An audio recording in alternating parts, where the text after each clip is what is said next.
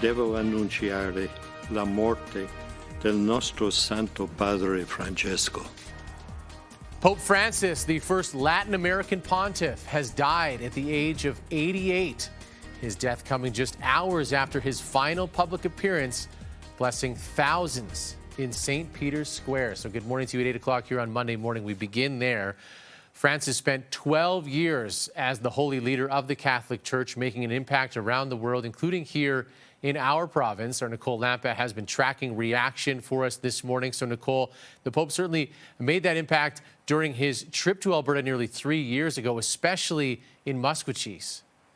Yeah, that's right, Kent. Maskwacis was home to one of Canada's largest Catholic residential schools, and it operated for about 80 years until 1976. I am sorry.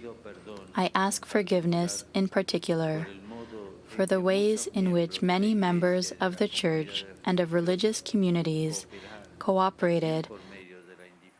That was Pope Francis in July 2022, apologizing to generations of Indigenous Canadians for the abuses they suffered in Canada's residential school system.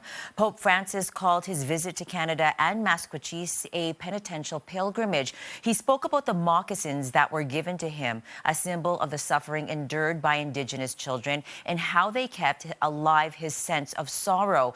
He returned them during his visit, and at the end of the speech, a delegation approached the Pope and placed a headdress on the head of the Catholic Church.